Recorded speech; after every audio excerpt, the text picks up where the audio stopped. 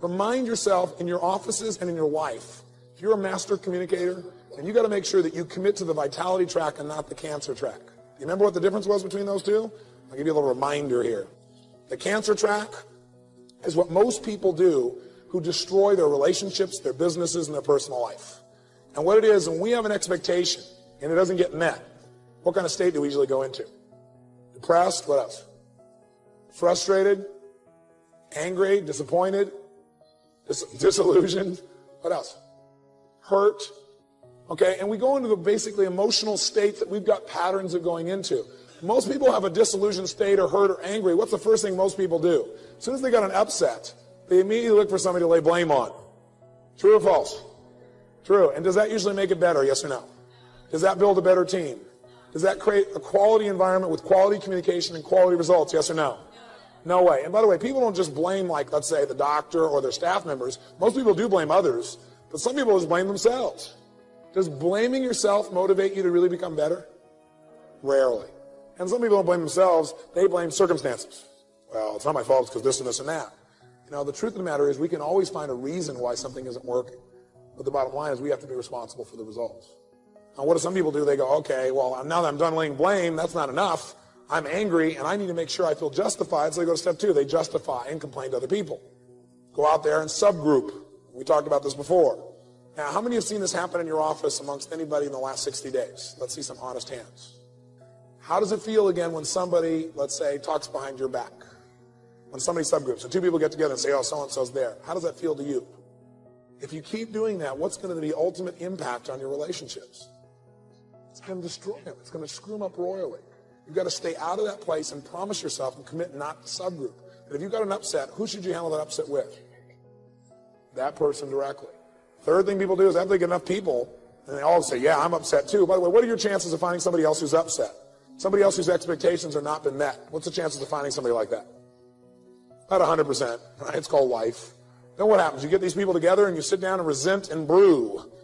Right? And get worse and worse and more angry until finally what somebody does is usually confront somebody. And they say, look, I was honest and they didn't respond. Confronting is not the style we want to use. And lastly, what most people do is after they confront is they give up and seek revenge. We don't want to do that.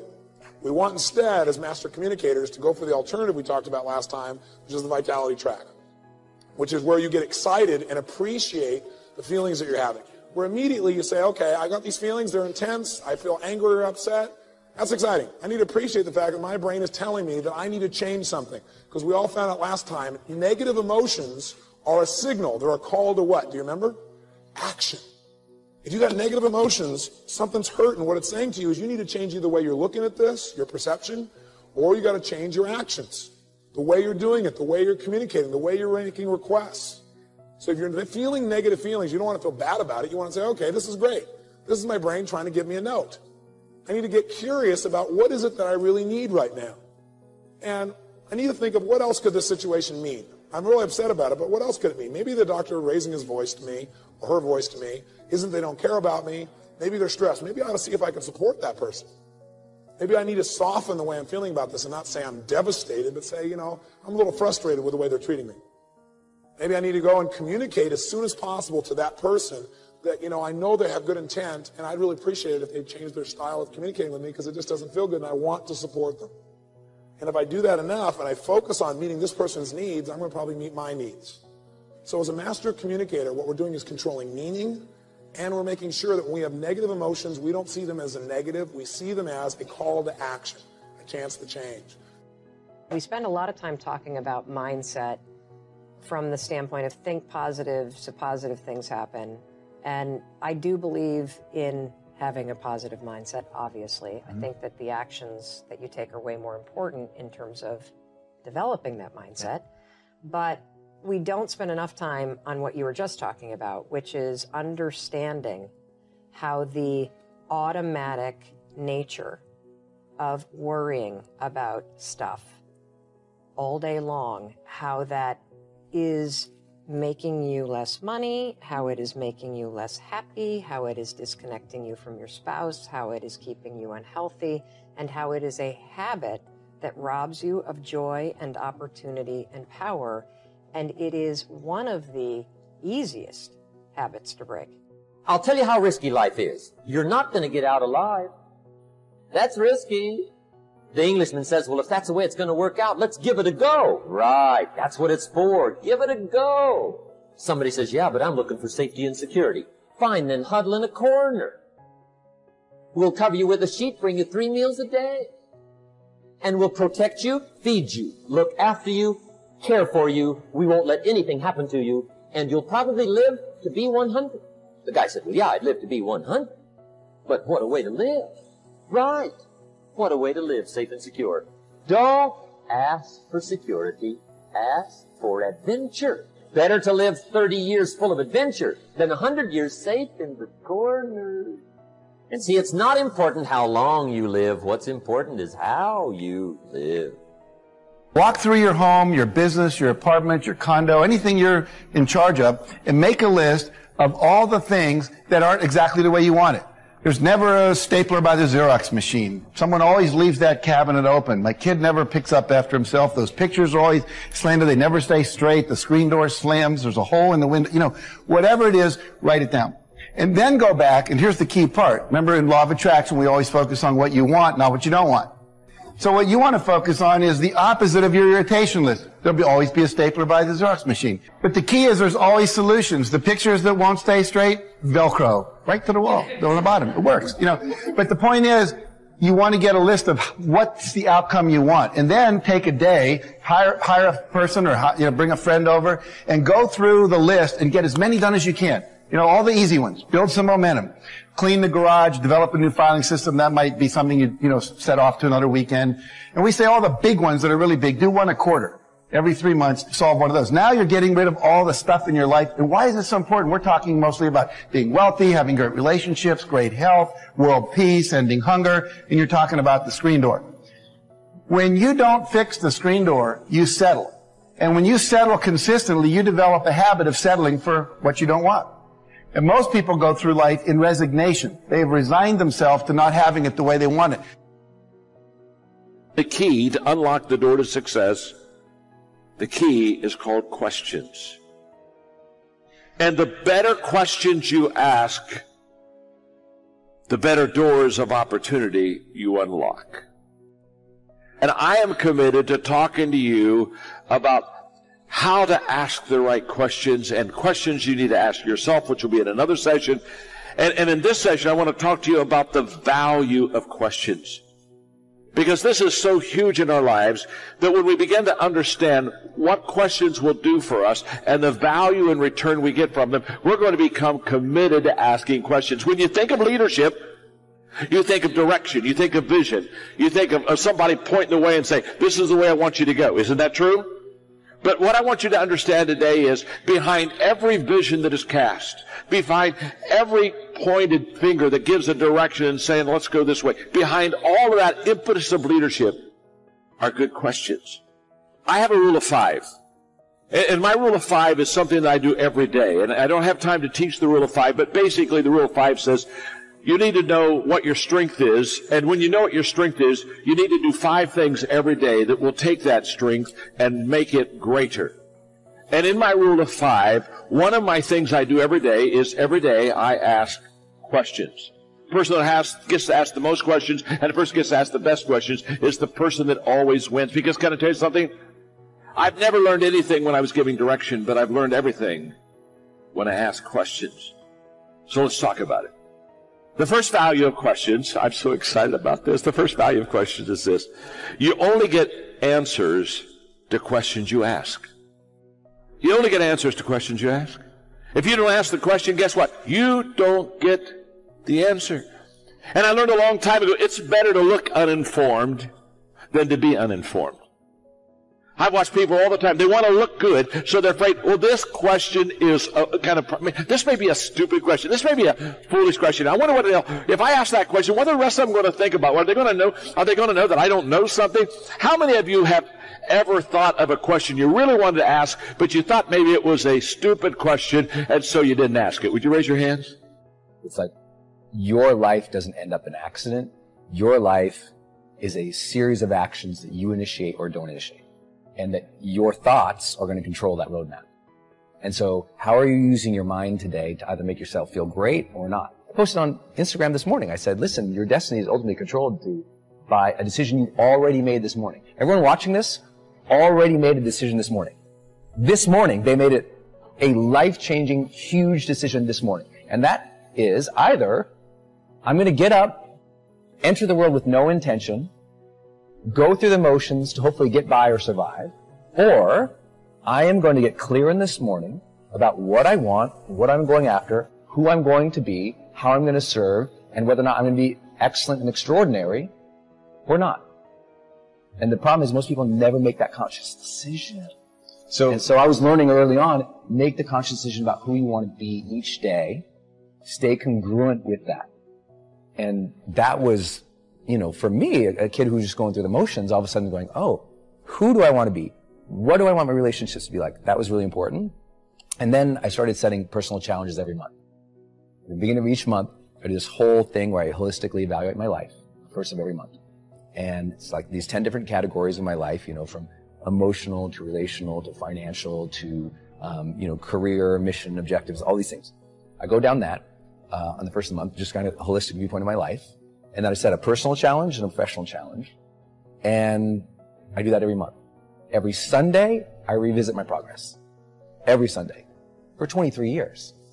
So it's not like I'm just, one day ended up in a happy life. It was like that level of self-evaluation that most people avoid until their birthday or New Year's.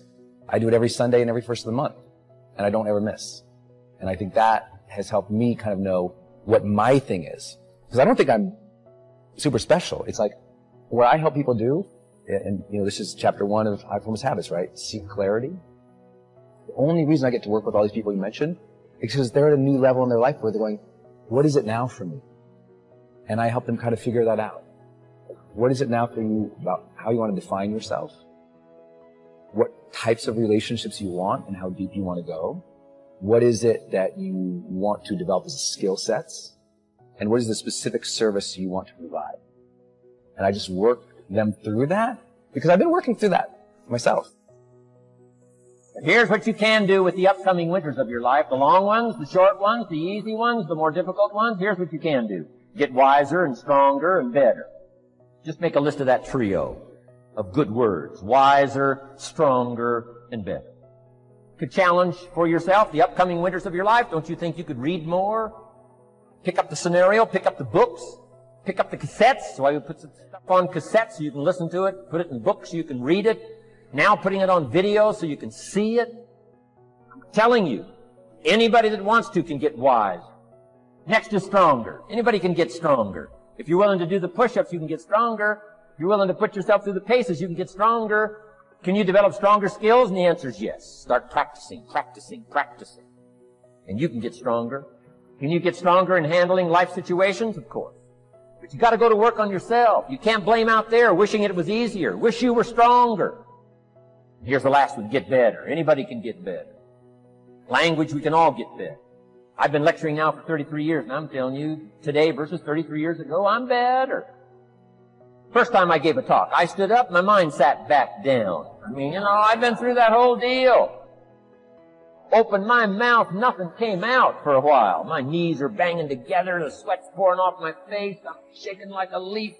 It's called terror, in case you haven't tried it. Those first attempts. But I'm telling you, I got through it, and I did it again, and I got through it, and I did it again, and I got through it. Now, of course, I can lecture for a few hours in one day. Anybody can get better. Develop skills. Handle the upcoming winters. Don't wish away the winters. It's called naive. Wish for the skills. Wish for the strength. Here's the second major lesson in life to learn. Learn how to take advantage of the spring. Uniquely enough, spring follows winter. And pray tell how often? 6,500 times. Those are good odds. I'd gamble on it one more time. Those are good odds. Every time. You can't beat those odds. Spring is called opportunity. Another day is called opportunity. Days follow nights. How about that? And how often? Every day. But now here's what we must learn to do with opportunity. Underline 2 strategic words in that sentence. Take advantage. Just because spring comes is no sign you're going to look good in the fall. You've got to take advantage of it. You've got to do something with it. Read every book you can on what to do with your springs, what to do with your opportunities, what to do with your days, what to do with your chances. Don't miss the educational process. Don't miss the process of learning. To understand, opportunity keeps coming, but the key is taking advantage, taking advantage. Everybody in this room's got to learn to do one of 2 things. Plant in the spring or beg in the fall. And it doesn't mean you can't become a sophisticated beggar, but you don't need the reputation. Learn to plant in the spring, take advantage. And there's an urgency here on springtime because there's just a few springs, handful of springs offered to each of us. Take advantage swiftly, quickly. Don't just let the time pass. The Beatles wrote, life is very short. And for John Lennon, it was extra short. For Michael Landon, it was extra short. But life is short. At the longest, it's short. So don't just let the springs pass. Take advantage. Seize the day. Seize the moment. Seize the opportunity.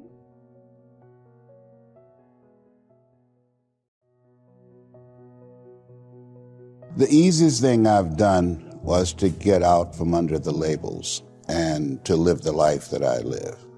The most difficult thing I've ever done was to believe that I can do it. The difference is that when you don't know what's impacting you, and it's something that's holding you down and you're not aware of it. There are things that when you, in my situation, when you live in a dominant culture that is designed to destroy your sense of self and your belief in yourself, and you have to learn ways in which you can begin to connect with this power that you have within yourself to handle where you are. The key is to be constantly in a perpetual process of discovering the truth of who you are and fighting constantly to look for ways in which you can escape the inner conversation. Between ages 0 and 5, we determine what's available to us and what's not available to us. And so that was a defining moment. I knew there are certain things I could not do, certain places I could not go. They used to have signs on Miami Beach that said, Jews, dogs, and coloreds not allowed. And so now you have to operate within the constraints of the dominant society and the things that they've created for you. And it's a challenge to see yourself beyond that and to work to get outside of that, even after those laws have changed, because that has become so much a part of you. You unconsciously operate within the parameters of what has been put in place. Like you're driving on the expressway, the 405, and you'll get off on an exit that you weren't going in that direction, but you unconsciously did it because you've done it so many times that many people, because they're not making a conscious, deliberate, determined effort to think outside of what life has thrown at them, they end up doing the same thing over and over and over again. Einstein said that thinking that has brought me this far has created some problems that this thinking can't solve. And so through relationships, through reading, through studies, through goals and dreams beyond your comfort zone, it allows you to begin to live out of your imagination as opposed to out of your history. Disney said, the imagination is a preview of what's to come. They have to expose themselves to something that will give them a different vision of themselves. And in addition to that, they have to put themselves in a community of what I call OQP, only quality people. A gentleman who dramatically transformed my life, I was a junior at Booker T. Washington High School in Miami, Florida, and I went in his class looking for another friend, and he said, go to the board and work this problem out for me. I said, sir, I can't do that. He said, why not? I said, I'm not one of your students. He said, do it anyhow. And the other kids started laughing, saying, he's Leslie, he's DT. And he said, what's DT? His brother is smart, but he's the dumb twin.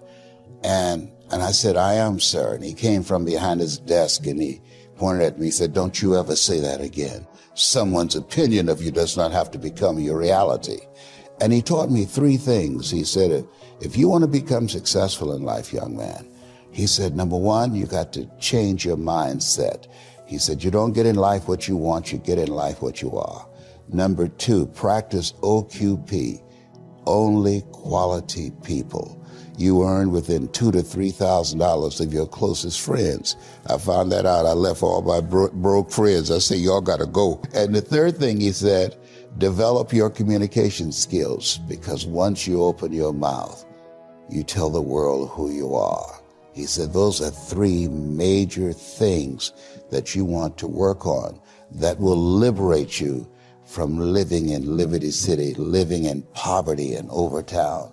It will help to escape out of where you are right now, because I see you watching me and I know you want more. I can see the hunger in your eyes.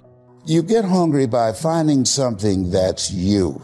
I believe that all of us are born unique, but most of us die copies. You got to find out what is it that turns you on, what resonates with you. One of the things that I realized and what allowed me to become successful as a speaker, the speaking industry has been hijacked by people who speak to sell, and it's okay to do that and make money. I speak to change lives because somebody spoke and changed my life. So this is my passion. This is my drive. This is something that I feel in my heart. And so the key to that hunger-driven life is a heart-centered life. I didn't do what I'm doing for years because of my programming, because of the culture in which I was raised in. I would see other people with degrees and PhDs and MBAs and credentials I don't have, and I convinced myself I couldn't do it.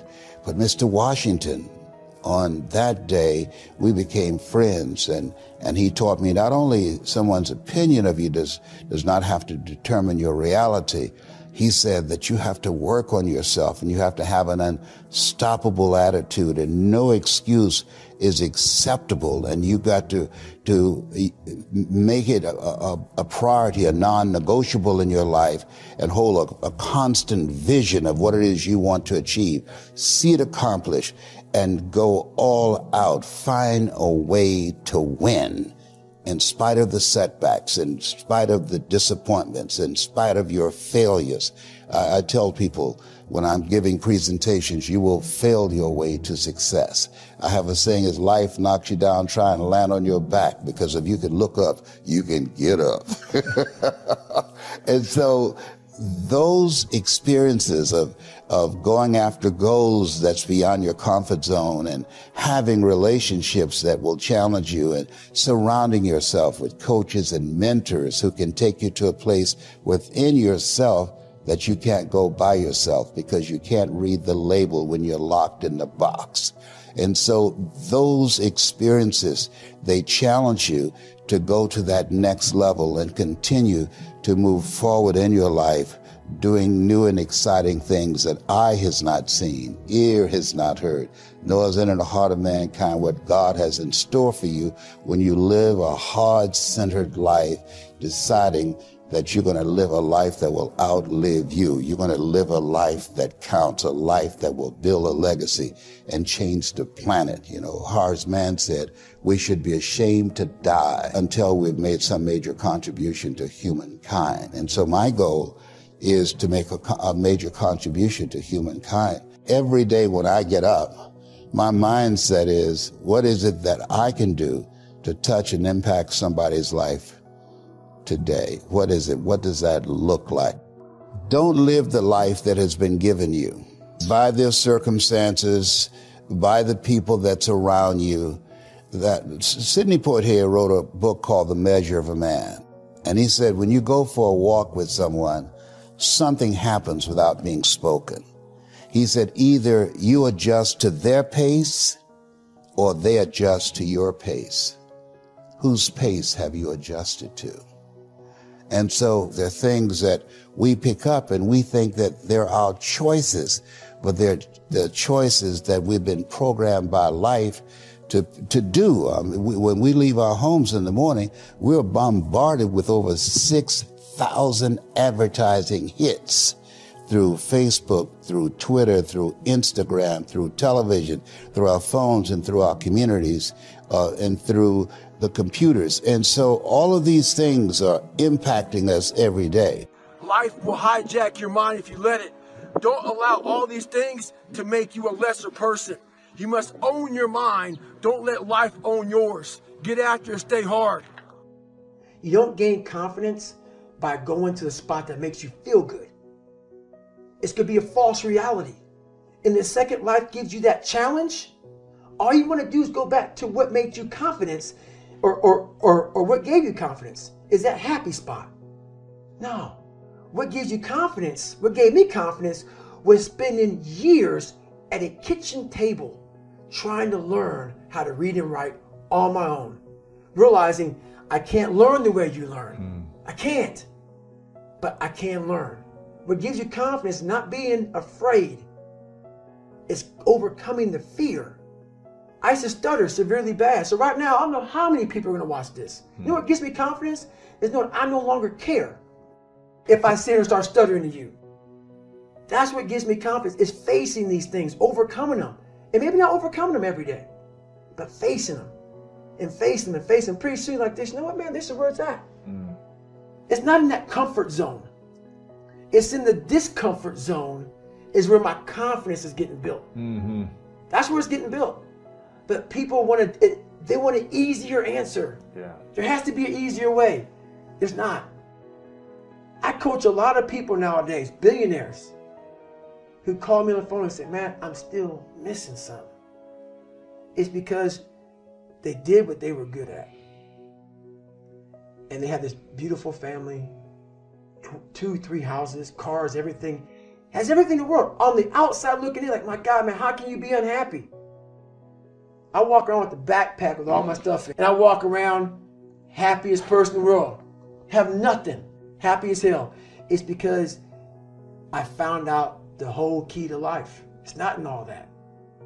You have to face yourself. So many people live to be 100 years old and they die miserable, having everything, because they never examined. And the only way you can set the example is you have to always be willing to work. I don't follow people who talk about what they used to do in life. I don't give a fuck what you used to do. I don't care, like, you used to be the best. I don't care. What are you doing today? You may not be that person now, but what are you still doing to try to excel in life? And a lot of people now are talking. I hear so much talk. I don't hear a lot of work. I hear a lot of people telling you what you should be doing, how you should be doing it, how you should be fucking living. And I look at them and you're fat, you're out of shape, you look like shit, but you're telling a motherfucker how to live. No, man, I want to listen to you. There's so many people speaking this shit, and that's what bothered me a lot in the military. There's a lot of people talking shit. I don't see the real suffering behind it, behind what you're saying. I became this 297-pound person because it became my body armor. Because the inside was a fragile, weak, insecure kid, so I put this big man around it. So when people looked at me, I intimidated them. I scared them. But if they knew the real me, just a little punk. I was a little punk kid in a 24-year-old guy's body. So I knew that. No one else did. So I tried to change my life, and it started there. I went to a recruiter's office. I went there, bad day at work. The bad day at work made me realize I gotta make a stand. How did you lose the weight in 3 months? You just run your ass off? Or? I couldn't run. The first thing about it was, so I said to myself, I'm gonna run 4 miles. My first run, out the gate, I'm gonna run 4 miles. I ran a mile, I ran a quarter of a mile, walked home, sat on the couch depressed. I said, man, there's no way I can do this. But what I realized, though, is I wasn't going to give up. Your brain is divided into 2 halves. Each half of your brain has millions of factory workers on each side. At the forefront of each one of those factories is a forming positive, and you got forming negative. You're the boss of the factory. You wake up in the morning and you say, man, I don't feel myself today. Forming negative hears that He said, hey, the boss just woke up and said he's having a bad day today. Let's get to work. And your day starts tumbling into what you ordered. You could wake up in the morning and you say, you know what? Today is going to be a great day today. Man, thank you, Lord, for waking me up this morning. Foreman Positive turns around and goes, Steve's having a great day today. He's expecting some wonderful things to happen. And man, let's get it going. And they start manufacturing thoughts. You have got to change the way you think. It is the whole determining factor of where you go in life. So you make up what the future is. If your present is painful, you can escape to the past and get out of the pressure to change. How many follow this? Say I. Or you can escape to a future because no one knows what it is for sure and you can make it up. But if your brain links, it's been painful in the what? Past, and it's even worse in the, it'll change like that. Who here has ever stayed in a relationship that you knew was not right for you? It wasn't right for you, it wasn't right for them. Who has ever stayed in a relationship way too long? Who's done this before? Raise your hand. Say I. It wasn't good for you, it wasn't good for them, yet you stayed. Why? Why? Because even though it's painful in the present, what'd you do? You said, it'll get better over there in the future. Who finally changed? Who here finally changed that? Say I. How'd you do it? Your brain went, it's painful now, it was painful in the past, it's gonna be worse in the future, that's it! That's what I call a Dickens pattern. When you lock in pain in all those places, there's no place to escape, so you change. It's like if you put a wall here, and a wall here, and we close them in on you, amazingly, you'll move forward. That's what we're talking about. Giving yourself leverage on yourself that way, not having someone else do it to you, you do it to yourself. That's when you got the power again. If you look at a business, the chokehold on the growth of any business is always the psychology and the skill set of the leader. And it's 80% psychology and 20% mechanics, meaning so many small businesses, the owner might be an incredible innovator. Maybe they write incredible code. Maybe they're a tremendous influencer, but they don't know the economic side of their business, right? And they find themselves getting in trouble because somebody's giving them financial information after the fact. They don't have true financial intelligence to make decisions, and they get caught up. Can you give me an example of a business like that? You don't have to name names. Yeah, no, I'll pick my own examples. I had several companies early in my career that were near bankruptcy because I would sit down and I knew how to produce products that would change people's lives. I knew how to market. I knew how to build teams of people. But what I didn't know was finance. So I'd look and say, okay, how are we doing? I go, oh, you got a great, you got a 20% profit. You got $2 million in profit in those days, little tiny company. And I come to the end of the year, there was no cash, right? I didn't know that profit is a theory, right? And so just not having that skill, or someone might be really great in finance, but they're not any good in marketing. So sometimes it's a skill problem, but 80% of it, you can solve those skills. You can get those skills if you can change your psychology. But when you accept that, oh my God, the market's down, or oh my God, the economy in our area is down, when you allow the environment to control your psychology, you're not going to win. I always tell people, I said, tell me your schedule. And they'll go, well, I go to work and I work 9 to 5 and I come home, I'm exhausted. And so, when am I going to start a business? I said, well, what about the other 8-hour shift? Because that's what I did, right? I had to be able to work from 8 to 5 in a normal job, and then I started working as a janitor because I worked my own hours in the middle of the night. But I worked 8 to 5, and literally I'd come home, I'd get a bite to eat, and then I'd start my work at 6 p.m., 6:30 p.m., and I go from 6:30 to 2 a.m. And I'd get another 7-8 hours in, and that's how I built everything in the beginning. That's honestly what's required. And to not do that is to cheat yourself, because in the end, what we get will never make us happy. It doesn't matter what you get. Doesn't matter whether it be money or opportunity. All those things might excite you for the moment. Even a relationship, as magnificent it may be, might be exciting for a while. But if you don't keep growing, that relationship isn't going to stay exciting. So the secret to real happiness is progress. Progress equals happiness. And if we can make progress on a regular basis, we feel alive. And that's why at the beginning of the year, we get this thing like, okay, I can have this fresh start. I could really do what my soul desires. I could expand. I could grow. I could improve. I could change. Or maybe better than change, I could progress. See, think about that. Progress is an aliveness to it, doesn't it? You don't have to work at changing. People say all the time now, well, I'm working on changing. Don't worry about it. You don't have to work on changing. Change is automatic. Your body's going to change whether you want it or not as the years go by. And no matter how hard you work, there's going to be some changes going on there. The economy is going to change no matter what you want it to do. The weather is going to change. Relationships are going to change. Everything in life is always changing. We don't have to work on change. Change is automatic, but progress is not. So if you want to make real progress, then you really got to look at your life in a different way. You got to say, I got to take control of this process and not just hope it's going to work out like people do who make a resolution. Progress equals happiness. If you're not growing, you're dying inside. It takes courage to enjoy yourself.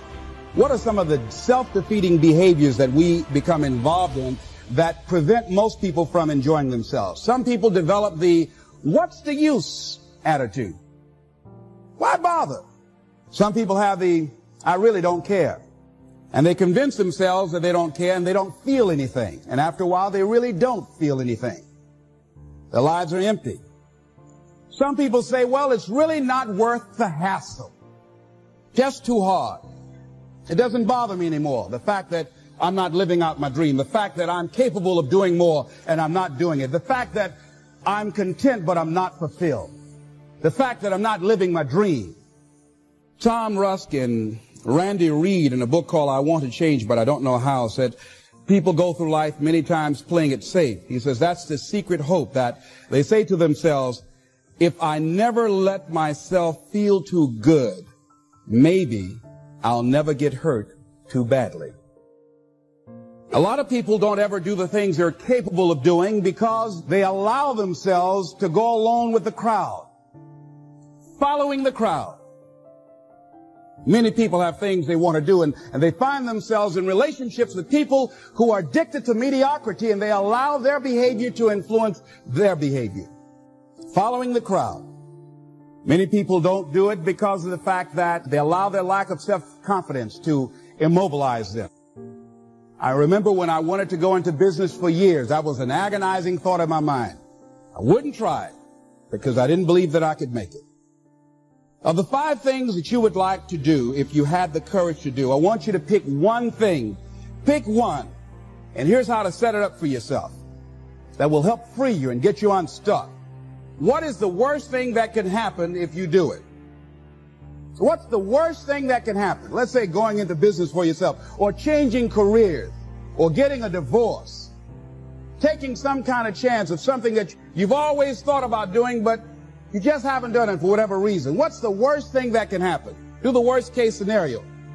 Now, when you do the worst case scenario, you write those things down, the worst things that you fear would happen. When you name your fears, that puts you in control. What are you afraid of? Name it, write it out so you can look at it. Confront that fear. What is it? I'm afraid that things might work out. What else, Les? Well, I've never been in business, okay? What else, Les? Well, I don't have all the help I need, okay? Good. What else, Les? Well, I don't have enough money, all right? Good. What else, Les? Well, I don't have a college degree. What else? I'm not as good as those other guys that I've seen up there speaking, okay? What else? Well, that's all I can think of right now. Okay, good. Now that takes you to the next step. What are the benefits? What are the benefits of your acting courageously, taking life on? Well, part of what happened was that I felt better within myself, and I had a strong sense of self-respect. Going into business for myself, I made a lot of mistakes. Sometimes I was down on myself. I felt stupid. I felt dumb because people who were in business said, why would you do something like that? Well, I didn't know. Boy, were you really dumb.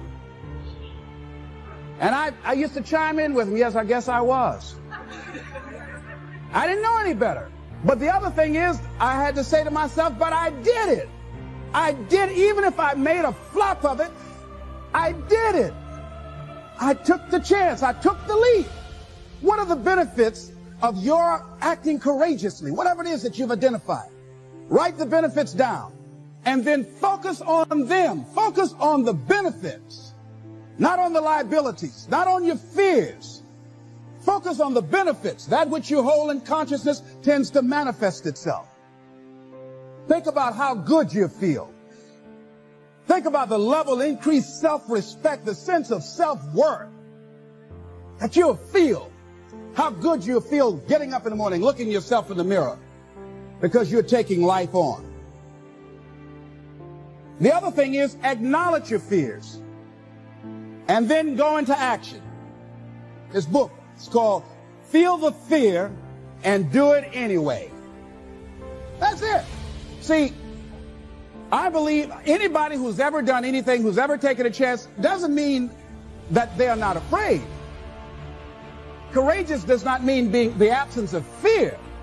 I think that being courageous is willing to do it because that's what you feel, and you're going to do it anyhow, regardless. So you're not going to be immobilized by your fears or your doubts. You admit, okay, I'm scared to death. Now, okay, what is it that I must choose to do? Go ahead and experience that fear, but don't let that fear immobilize you. In what you've done with your life thus far, is it giving you what you want?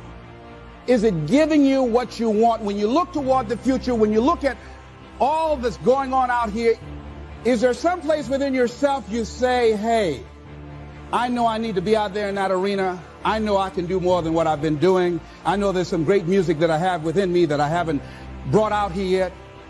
Is that something that you begin to look at within yourself?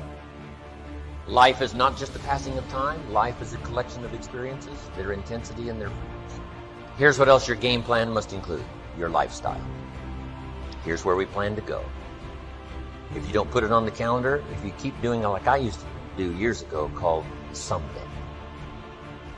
Here was the other one: as soon as. See, that means almost nothing.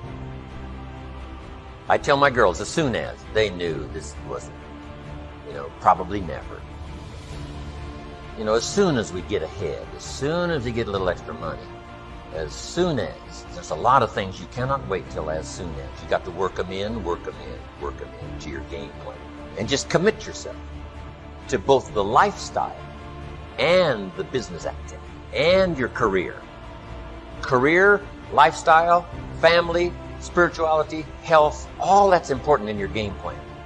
And here's what's difficult: to try to keep it all in your head. Because the head is full of good intentions. The head is full of hope. Oh, it's going to work. As soon as we get this paid off, it's going to work. Say, no, let's put it on the game plan. Right? I talked this morning, right? Someone says, I got my to be debt-free worked out. Been working on it 1.5 years, and within a couple of years, it'll all be done. Oh, nothing. My father said that. Let's get a plan for you to be debt-free, debt-free, debt-free. Because Papa said, there's nothing like the freedom of no one having a claim on your assets. I said, well, I want to get there someday. I remember the day I crossed the line, debt-free.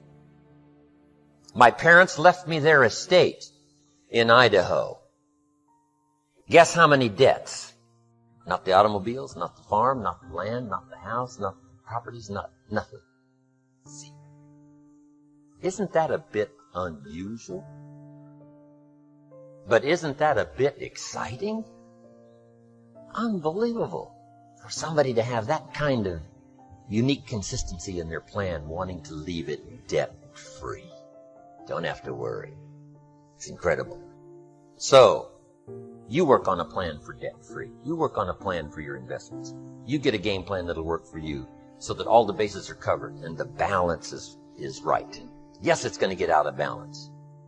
When you're balancing your time, here's what you must remember. Sometimes you must work around the clock like spring. Round the clock. Why? It's springtime. So a lot of things have to be set aside till the spring is finished. Or until the harvest is in. Because you can't postpone the harvest while you do some fun things. You got to do the harvest and then some fun things. Your biggest enemy, the most important conversation you will ever have in your life is the one you have with yourself. You wake up with it, you walk around with it, you go to bed with it. Eventually, you're going to act on it, whether you're good or bad. You have to. That's why the whole thing about this book I have is about you. It is about you. It's strictly about you finding who you are. So many people die, live 100 years, never know who they are. Never know who they are. You have to look in that mirror and know there's so much more in here, man. Because I can literally right now be a 300-pound guy spraying for cockroaches still to this day. If I did not look in that mirror and say, there has to be more to this. This can't be it. And then willing to go into it, dive deep into it, and give all I have to find it. The law of Goya is simply get off your ass. So if If you think and you believe and you emotionalize, you visualize, and you create your plan for how am I actually going to achieve this? So what do I need to do? When am I going to do it? How specifically? How am I going to tweak it, measure it, and iterate it so that I'm consistently making progress? I learned the value of progress versus perfection. None of my mentors ever had me focus on perfection. They had me focus on progress to just keep getting better. Little incremental gains every day, every week, every month, every quarter.